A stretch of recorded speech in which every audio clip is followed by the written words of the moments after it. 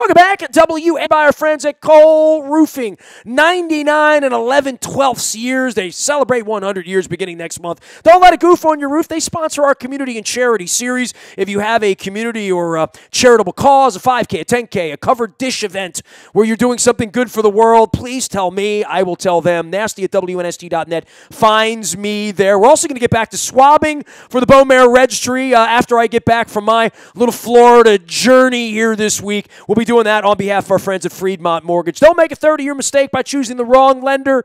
You need our friends Carl Delmont and our folks at Freedmont Mortgage. Learn more about buying, selling, or if you're just thinking about it at Freedmont.com. I was thinking about heading out to Kansas City. I am going to miss this trip. It is rare indeed, which is why I need to have my feet on the street out there in Missouri and the Kansas side. She covers all things Chiefs at KCTV5 in Kansas City, Missouri. She's also going to be on the field during the game as the Chiefs sideline reporter. She actually played some football down in Dallas. You can find her at KCTV Dani. That's D-A-N-I. We welcome for the first time onto the program Dani Welniak from Kansas City, Missouri, where we're trying to go in and slay the Giant. You guys were a little busy with the jurisprudence and off-the-field issues, especially those of you in the video business last week, right, Dani?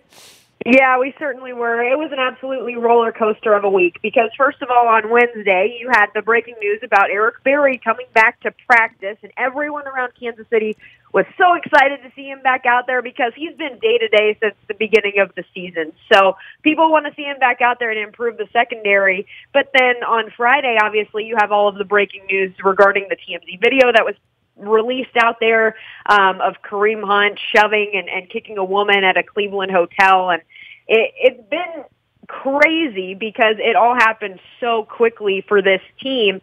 The TMZ video came out. It was released about 1:35-ish. Changed your day, I bet, right? Yeah, right? It was a crazy hectic day because you're trying to find out all of this information and try to get people to talk to you about it. And then we were up there at the Chiefs availability, but the video didn't come out until after, of course, it was all over. So then Kareem Hunt was, told to leave the training facility around like 1:40-ish, 2 o'clock-ish, and then it all got crazy from there and escalated, and then he was obviously cut that night from the Chiefs roster. And then over the weekend, it was honestly, Nestor, it was a very weird kind of weekend because it felt like as we traveled with the team, everybody kind of held their breath because they didn't know how this team was really going to respond after dealing with all that adversity. Patrick Mahomes, he led a team, a players-only meeting that weekend. We don't really know what was said during that, but it was really his first opportunity to be a leader of men inside that locker room, even though he's been so fantastic on the field this season. It was very interesting just to see how they responded. And after the game, after they won that game, even though it was ugly, it was almost kind of a sigh of relief. And knowing that this team can overcome adversity and still win games, even though it was against the 2-win Oakland Raiders, they can still win games without Kareem Hunt on that roster. So it's been a roller coaster of emotions this week for the Chiefs. And going into this game against Baltimore, they got a lot on their plate and are hoping that, they can kind of bring it all back together again and keep this offense rolling. Well, it's been a fascinating week to talk about this game, and it's going to continue on right until it begins. I mean, the Lamar Jackson show is its own thing. The Ravens and controlling the clock and keeping the defense off the field. The defense has been good for the little time they've been on the field. And then there's this whole, sort of slaying the dragon of a team that's 10-2, that's only lost 2 games, both by 3 points, to 2 teams in New England and L.A. on the road who might be in the Super Bowl before it's all over with. And it's a really tender, important time for the Chiefs. They haven't won much, right? I mean, you've been there a couple of years. They've been trying to get to this since Len Dawson. Certainly Andy Reid's been at this a long time. And they're on that trajectory. Then this massive thing happens last week. And now this massive thing happens where they're going to have to deal with this unorthodox offense that runs the ball well against a defense that doesn't defend the run well. But then there's the Chargers coming in on Thursday night looking to sort of steal your lunch money and win the division. division, and it would change everything about the narrative of this team having a bye and having time off and boy wonder and all of that if they wind up as a 5 seed because they stubbed their toe in the next, literally over the course of 4 days, Sunday and Thursday, the 2 biggest games of the year that could sort of justify everything or sort of undo everything that they've done there so far. Yeah, it's crazy how razor thin their room for error is at this point, because you do have such a great start to the season, and like you mentioned, your only 2 losses are to teams that are going to be in the postseason.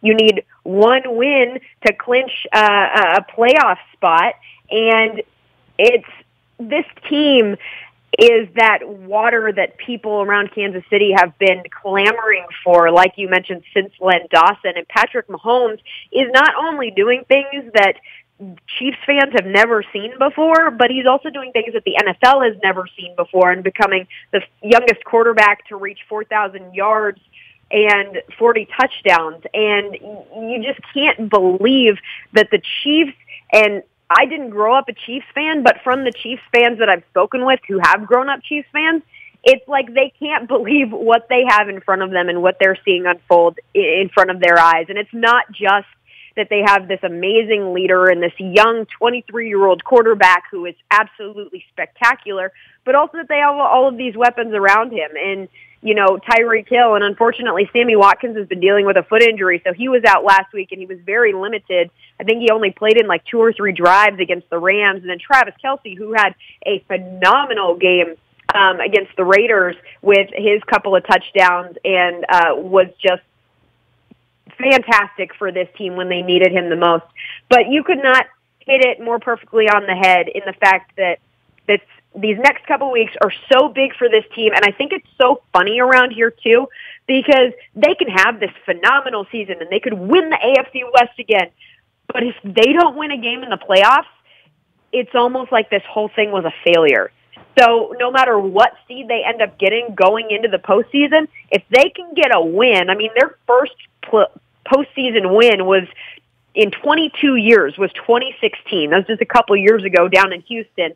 And this city was absolutely electric. But they feel like this team needs to win a postseason game. This team needs to get to an AFC championship game. Otherwise, this season is a failure, and they're just back to where they were before. And even though you've got this young second-year quarterback who's breaking records all over the place, if they don't win a postseason game, this fan base is going to be really upset and feel like they're just back to square one, which is crazy to believe. But Andy Reid and Patrick Mahomes and this team has something to prove in these next few weeks. Well, they certainly won the parade in September and October, and it's different winning in October than it is winning in February. And, you know, part of this for me is also the Travis Kelce factor in regard to the Ravens. The Ravens have not defended guys like him well, and certainly have not defended well against teams that are routinely putting 40 and 50 points up and scoring 5 and 6 touchdowns a week. But you look up and say this is a team that has given up 87 points in the last 2 weeks. 87 points. And this is an offense that is really going to run and run and run more against the defense that doesn't like to defend against that. Certainly for the Chiefs get up a couple of touchdowns, things change dramatically. I think it would change if Joe Flacco's available for the game on Sunday. But there's no thought around here that Joe Flacco is going to be starting this week, given the way they've run and a team that is very, very susceptible to the run. Yeah, and Anthony Hitchens, one of the inside linebackers for the Chiefs, has kind of been dealing with a few injuries here, and he got burned a couple times in Oakland when he was dealing with a quad injury. He's dealt with a rib injury this season, and so those are spots on the interior of the Chiefs' defense that have a tendency to really hurt them when it comes to the running attack. But, I mean, even in the passing game, the Chiefs' defense, it's built on bend but don't break. But, I mean, you end up giving the Raiders 33 points in this game and almost come back to win the game in Oakland. So this defense has a lot of holes. There's a lot that they're going to have to work on. Hopefully, from the Chiefs Kingdom perspective, there's an opportunity for Eric Berry to come back in front of the hometown crowd, and he alone, just a presence being on defense, makes a totally different defense from not only a mental standpoint, but also from a physical standpoint. Now, yes, we haven't seen him actually play since the season opener of last year when he tore his Achilles against the New England Patriots. So we don't know if he's going to be the Eric Berry of old, but he has such leadership and his ability to get out there and really put guys and young guys in position and move guys around and make sure that they're making the correct athletic plays. If he's not back in coverage, then he's going to be a physical guy and a physical presence when it comes to the run game down low and inside the box. So I think he makes a huge difference if the Ravens do decide to ground and pound. But, I mean, the Chiefs secondary has been very susceptible to the pass as well. And if Flacco comes back and decides to go deep and be confident and connect with some of his receivers, that could make a world of difference for this game. Yeah, I thought this thing here, when it becomes a hybrid the way they envisioned it back in May, where Flacco's running a lot of it and Jackson's running some of it, and it's that razzle-dazzle part. Right now, there is no thought that they're going to throw the ball. They don't even want him to throw the ball at this point, but it's amazing how many times they're in 2nd and 3 and 2nd and 4, as opposed to sometimes 2nd and 12 and 2nd and 14, or certainly not 2nd and 10 from an incomplete pass.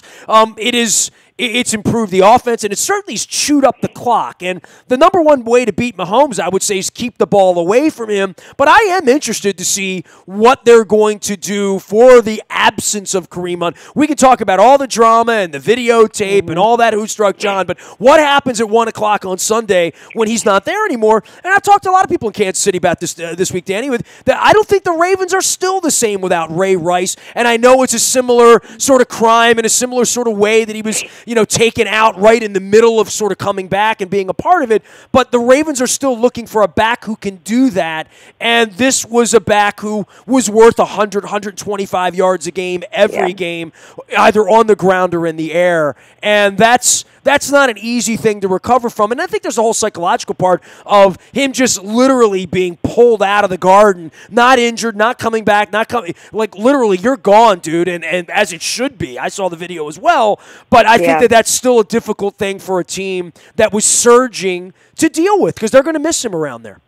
Well, and that was one of the things in the locker room after the game against the Raiders was that they really this team is so different when it comes to the Chiefs and how much they love each other, they care about each other, and everyone that you talk to said, Kareem was my brother, and I just hope and I pray that he can become a better man out of all of this, and we understand why the decision was made and why he had to be let go. It's tough, though, because it hits you kind of in the face because it happens so quickly, and he's part of the intricate fabric of how explosive this offense has become over the past year, and I think people underestimate his ability to make guys miss him, and his yards after contact were one of the best in the National Football League. And so losing that, you lose a very explosive part of your offense.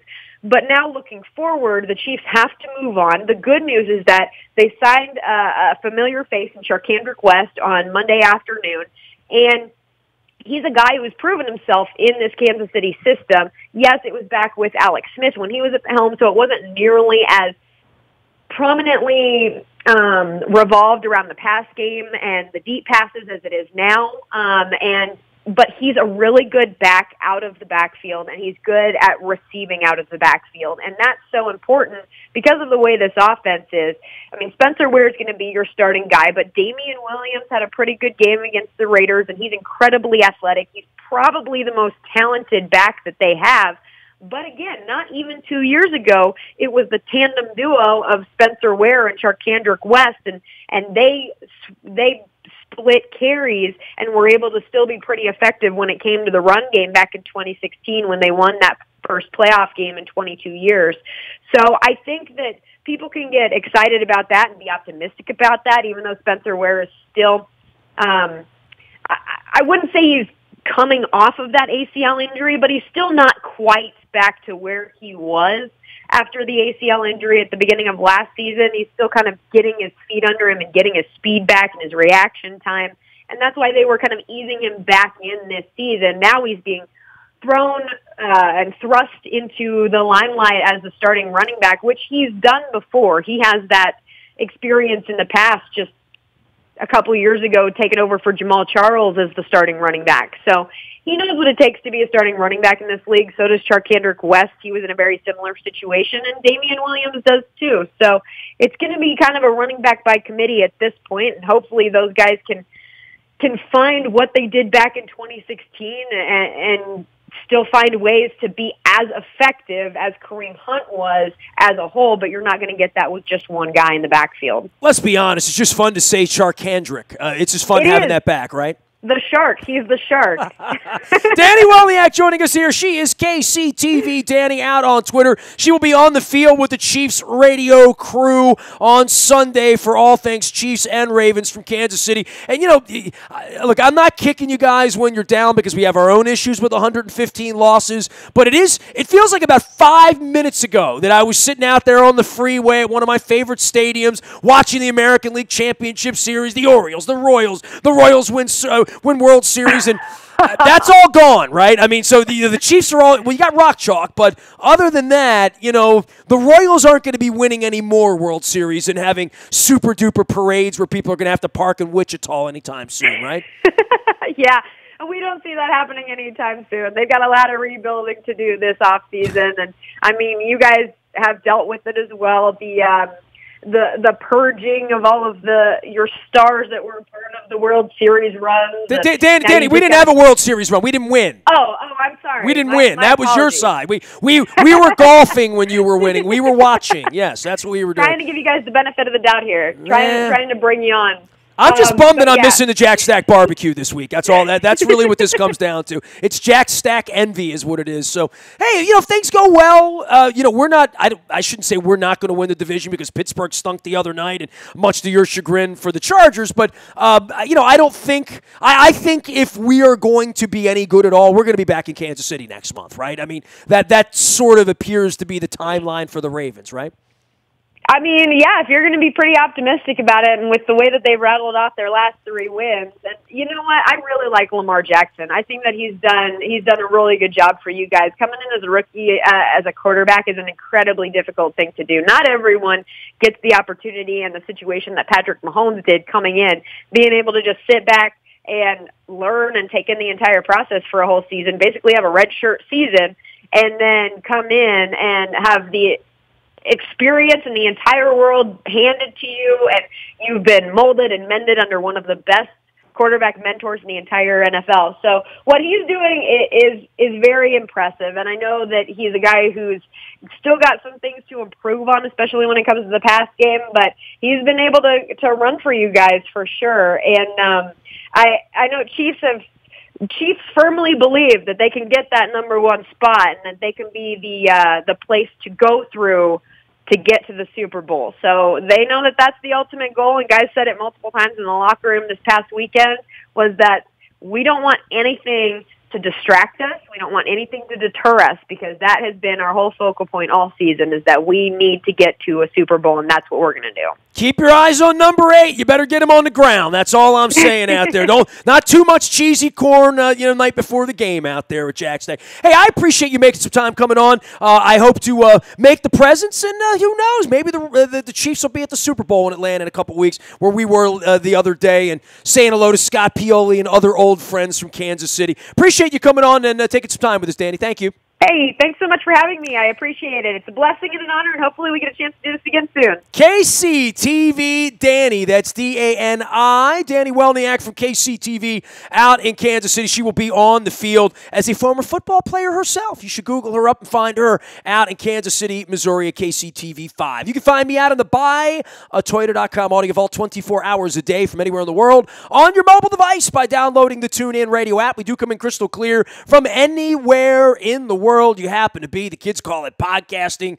We call it the buyatoyota.com audio vault. The morning newspaper ships digitally to your email inbox, all powered up by Planet Fitness and PlanetFitness.com. Still $5 down, $10 a month to get in the best shape of your life, as well as our friends at the Maryland Jockey Club in Laurel Park, open for racing this weekend through the holidays. Come on down. Check out the beautiful new sports bar there. If you haven't been to Laurel Park lately, you haven't been at all. It's beautiful. Go check it out. I am Nestor. I'm on Facebook, Twitter, LinkedIn, Snapchat, Instagram, streaming live on our Facebook as well as our YouTube WNSTV channel. You can always email me, nasty@WNST.net. I am around. I will be slipping out of town for a few days. They're working on some personal development here this week. So I'll come back bigger and better and bolder than ever for the Tampa Bay game next week. We are WNST.net, AM 1570, and WNST, Towson, Baltimore, and we never stop talking Baltimore sports.